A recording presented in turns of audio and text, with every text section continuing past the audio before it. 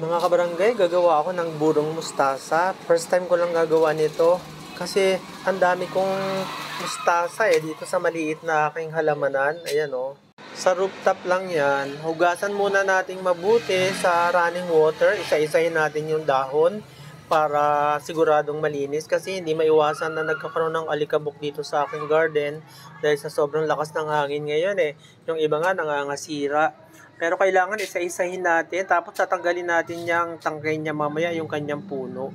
Ayan, pagkatapos na mahugasan, ilalagay natin doon sa malinis na garapon. Ayan, malinis yung kamay ko kasi tapos lalagyan natin ng hugas bigas. Sunod yung salt, tatansyahin lang natin. Huwag masyadong maalat kasi masama sa kalusugan. Tapos lagyan natin ng kaunting seasoning, yan ganyan.